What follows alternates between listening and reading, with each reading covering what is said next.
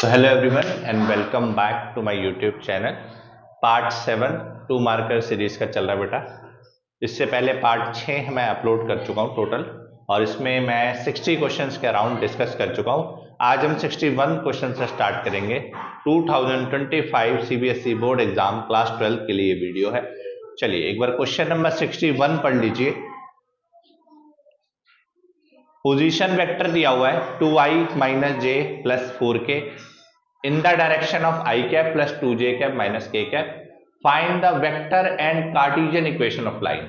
देखिए बेटा, vector and Cartesian equation of line की अगर हम बात करते हैं तो वेक्टर फॉर्म होती है किसी भी लाइन की। अगर आपको वेक्टर फॉर्म निकालनी है तो होती है r vector is equal to a vector plus lambda b vector.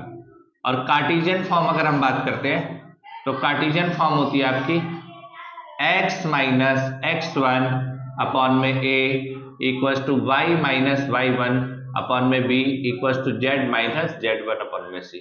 किसी भी क्वेश्चन को सॉल्व करने के लिए आपके पास उसकी बेसिक सारी इंफॉर्मेशन जरूर होनी चाहिए। जैसे इस क्वेश्चन को सॉल्व करने के लिए ये बेसिक इंफॉर्मेशन है, और इसमें आपको ये भी पता होना चाहिए कि a वेक्टर होता है आपका पॉइंट और b वेक्टर आपका पैरेलल वेक्टर को रिप्रेजेंट करता है। और इसमें x1 y1 z1 आपके पॉइंट होते हैं, a b c आपके पैरेलल वेक्टर को रिप्रेजेंट करते हैं। तो जिस बच्चे को ये बात पता होगी उसके लिए क्वेश्चन बहुत आसान है। तो स्टार्ट करते हैं। पोजीशन वेक्टर दिया हुआ है, इसका मतलब पॉइंट दिया हुआ है 2i माइनस जे प्लस 4k। ठीक है, कभी भी आपको पोजीशन वेक्टर दिया हो तो आप समझ जाना वो पॉइंट दे रखे हैं। तो इसका मतलब अगर मैं आपसे बोलता हूँ वेक्टर फॉर्म निकाल लिया तो मुझे a वेक्टर कितना दिया हुआ है 2i cap minus J cap plus 4k cap. दूसरा कह रहा है in the direction of, in the direction of मतलब बी वेक्टर हो गया दूसरे वाला i cap plus 2j cap minus k cap. ठीक है, तो a वेक्टर पता है, b वेक्टर पता है, r vector is equal to a vector plus lambda b vector. r vector a vector कितना है 2i minus j plus 4k plus lambda i plus 2j minus k cap. ये बेटा आपकी vector form थी। ठीक है, अब अगर आपको इसकी कार्टेशियन फॉर्म निकालनी है तो आप एक काम करें, आर वेक्टर को मान लें कि वो मेरा है xi plus yj plus zk। ठीक है जी, इसके बाद क्या करें 2i minus j plus 4k plus lambda अंदर मल्टीप्लाई कर दे, यानी lambda i cap plus 2 lambda j cap minus lambda k cap. ये पैटर्न है कार्टेशियन फॉर्म में कन्वर्ट करना वेक्टर फॉर्म से। चलिए नेक्स्ट क्या करेंगे, अब हम कुछ common xi yj plus zk। देखो ये भी i कैप है और ये भी i कैप है, तो मैंने 2 प्लस लैम्डा i कैप लिख दिया। एग्रीड। नेक्स्ट देखो ये भी j कैप है, ये भी j कैप है, तो मैंने क्या कर दिया माइनस का 1 प्लस 2 लैम्डा j कैप। ये भी k कैप है, ये भी k कैप है, plus 4 minus lambda k cap. ठीक है, अब कंपेयर कर देंगे।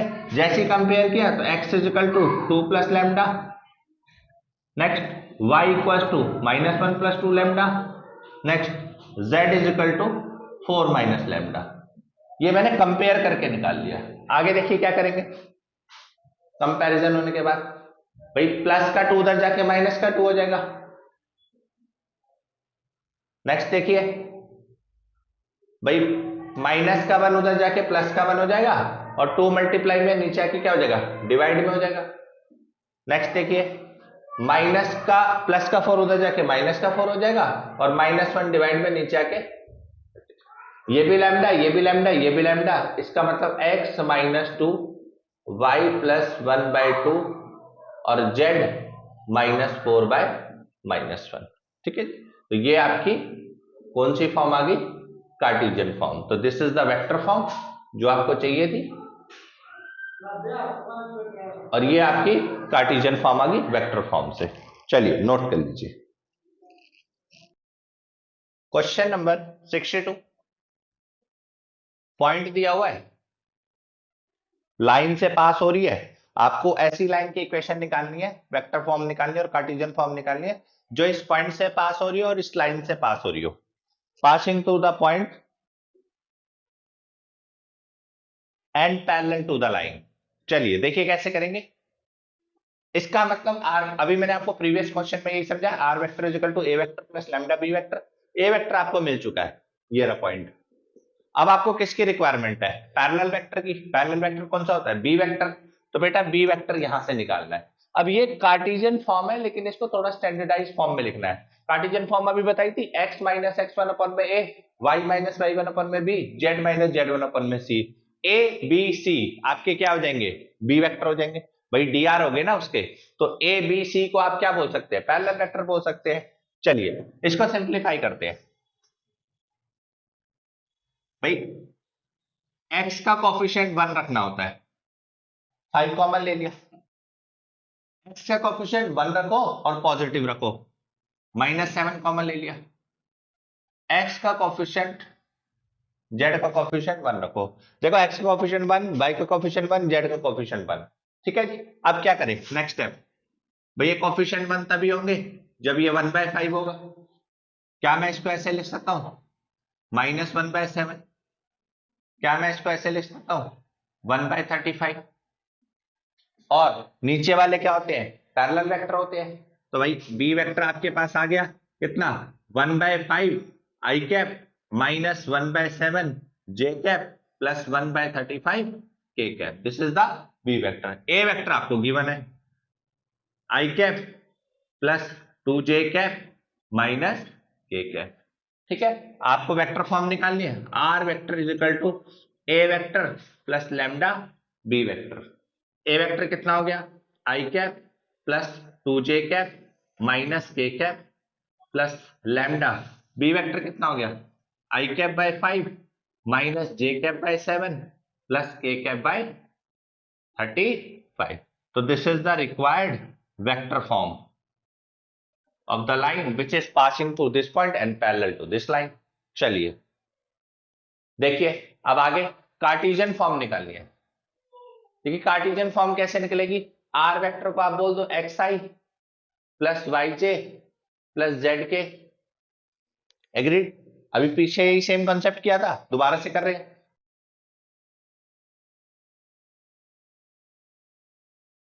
Minus k cap plus lambda अपन में 5 आई कैप माइनस लैम्डा अपन में 7 जे कैप प्लस लैम्डा के कैप अपन में 35।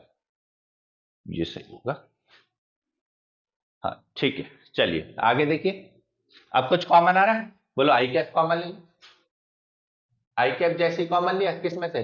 1 और ये रहा प्लस लैम्डा बाय 5।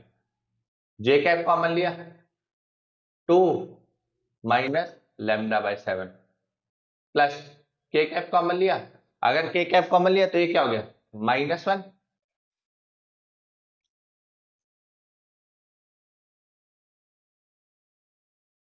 के कैप कॉमन लिया, ये क्या हो गया? -1 प्लस लैम्डा अपन में 35। एग्री? चलिए इसके इक्वल है एक्स प्लस वाई जे प्लस जेड के। वाई जे, अब x को कंपेयर कर दो i के साथ, तो हो गया 1 प्लस लैम्डा बाय 5। अब y को कंपेयर कर दो 2 माइनस लैम्डा बाय 7। अब z को कंपेयर कर दो -1 प्लस लैम्डा बाय 35। ठीक है, प्लस का 1 उधर जाके क्या हो जाएगा? माइनस का 1 लैम्डा बाय 5 प्लस का 2 उधर जाके क्या हो जाएगा? माइनस का माइनस लैम्डा बाय 7 माइनस का 1 उधर जाके क्या हो जाएगा? प्लस का 1 लैम्डा बाय 35। 5 मल्टीप्लाई हो गया 5 x minus 1 lambda 7 y minus 2। यहां ले लो लैम्डा और इस -7 को यहां पे लिख दो -7। 35 z प्लस 1 लैम्डा।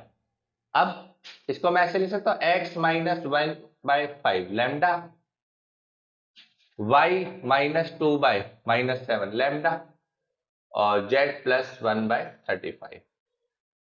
तीनों इक्वल हो गए, लैम्डा लैम्डा लैम्डा, आंसर कितना आ गया, x minus 1/5 y minus 2/-7 z plus 1/35। तो this is the required Cartesian equation of line. Note कर लीजिए। क्वेश्चन नंबर 63, ए की प्रोबेबिलिटी 0.8, एफ की प्रोबेबिलिटी 0.7, ई इंटरसेक्शन एफ की प्रोबेबिलिटी 0.6, ए का कॉम्प्लीमेंट अपॉन में एफ का कॉम्प्लीमेंट की प्रोबेबिलिटी। देखिए बच्चा, अगर आपको ये समझ आता है कि ई अपॉन में एफ ये किसको रिप्रेजेंट करता है, ये किसकी आपको याद दिलाएगा, तो आप बोलेंगे कि ये याद दिलाएगा आपको, अरे नहीं वो नहीं जो आप समझ रहे हो, कंडीशनल प्रोबेबिलिटी की। बेटा गलत ले गए आप। Probability of A intersection F की, ठीक है जी, ये याद दिलाता है कंडीशनल प्रोबेबिलिटी की। और कंडीशनल प्रोबेबिलिटी में यही होता है, नीचे वाला गिवन है, ऊपर वाला फाइंड करना है, ऊपर इंटरसेक्शन। लेकिन यहां पे जो क्वेश्चन हमें दिया है, दोनों पे कॉम्प्लीमेंट, दोनों पे कॉम्प्लीमेंट, तो यहां भी कॉम्प्लीमेंट, यहां भी कॉम्प्लीमेंट, यहां भी कॉम्प्लीमेंट और यहां भी कॉम्प्लीमेंट। एग्री? चलिए, अब इसको मैं क्या लिख सकता हूं, 1 माइनस प्रोबेबिलिटी ऑफ एफ, क्योंकि मेरे को एफ की प्रोबेबिलिटी पता है तो मैं उसका कॉम्प्लीमेंट निकाल सकता हूं। अब ई का कॉम्प्लीमेंट इंटरसेक्शन एफ का कॉम्प्लीमेंट ये निकालना है। ई का कॉम्प्लीमेंट इंटरसेक्शन एफ का कॉम्प्लीमेंट कैसे निकलेगा, तो इसके लिए आपको याद होना चाहिए, 11th क्लास में आपको डी मॉर्गन्स लॉ पढ़ाया था, ठीक है, उसमें कैसे करते थे हम, एक बार रिकॉल करवा देता हूं। उसमें आप ये पढ़ते थे कि ए का कॉम्प्लीमेंट इंटरसेक्शन बी का कॉम्प्लीमेंट, या फिर ए यूनियन बी का कॉम्प्लीमेंट, दोनों बातें सेम है। और इसको आप ऐसे भी लिख सकते हो, 1 माइनस ए यूनियन बी। बोलो क्लियर? ऐसे ही मैं यहां भी करने वाला हूं, ए का कॉम्प्लीमेंट इंटरसेक्शन एफ का कॉम्प्लीमेंट आप डायरेक्ट लिख सकते हो 1 minus probability of E union F. ये यहां से पता चल गया। अब ई यूनियन एफ तो मेरे पास है ही नहीं, मेरे पास है ई इंटरसेक्शन एफ। तो मैं क्या करता हूं, सबसे पहले ई यूनियन एफ की प्रोबेबिलिटी निकाल लेता हूं, फाइंड कर लेता हूं। कैसे होगी, probability of E plus probability of F minus probability of E intersection F. इसे कंडीशन नंबर 1 बोल दिया। यहां से वैल्यू निकालूंगा, वहां वैल्यू डाल दूंगा, आंसर आ जाएगा। ई की प्रोबेबिलिटी कितनी है बच्चे, 0.8, एफ की प्रोबेबिलिटी कितनी है, 0.7, ए इंटरसेक्शन एफ की प्रोबेबिलिटी 1.5 माइनस 0.6, कितना बचा, 0.4 और 5 0.9। बस यही वाली वैल्यू इक्वेशन नंबर 1 में पुट कर दी। 1 में पुट करी कितनी, 0.9 डिवाइडेड बाय 1 माइनस 0.7, 0.9 कितना बचा, 0.1, और यहाँ पे कितना बचा, 0.3। आंसर आ गया 1/, this is the final answer. चलिए नोट कर लीजिए। 64 फाइंड करना है सम 8 और गिवन है रेड डाई लेस देन 4। एक बार ये क्वेश्चन पढ़ लीजिए। A black and a red die roll together. Find the conditional probability of obtaining the sum 8 given that red die result a number less than 4। देखिए, conditional probability के लिए आपको ये वाला केस पता है कि कंडीशनल प्रोबेबिलिटी का फॉर्मूला होता है प्रोबेबिलिटी ऑफ ए अपॉन में प्रोबेबिलिटी ऑफ बी। तो probability of A intersection B upon में प्रोबेबिलिटी ऑफ बी, ये आपको गिवन होता है और ये आपको फाइंड करना होता है, ठीक है। चलिए अब देखिए कैसे करेंगे। फाइंड क्या है, ए सम 8, सम 8 कैसे होगा, 2,6, 6,2, 3,5, 5,3, 4,4, ये सारे कैसे थे जिसका सम 8 आएगा। चलिए B, red die less than 4, less than 4 का मतलब आपका 1,1, 1,2, 1,3, 2,1, 2,2, 2,3, 3,1, 3,2, 3,3, 4,1, 4,2, 4,3, 5,1, 5,2, 5,3, 6,1, 6,2 6,3 ये आपके सैंपल स्पेसेस। अब आपको ए इंटरसेक्शन भी निकालना है, तो इसमें कॉमन क्या है? इसमें कॉमन देखो 2,6 है, कहीं पे दिख रहा है 2,6? नहीं। 6,2 दिख रहा है, बिल्कुल 6,2 दिख रहा है। तो जितने 4 से छोटे वाले वही तो दिखेंगे, 3, 5 नहीं दिखेगा कहीं भी, देख लो 5, 3 दिख जाएगा, 4, 4 दिख जाएगा, नहीं दिखेगा क्योंकि लेस देन 4, तो 2 आ गए। तो अब प्रोबेबिलिटी निकालते हैं। सैंपल स्पेस आपने निकाल दिया, टोटल केस 36 बनेंगे।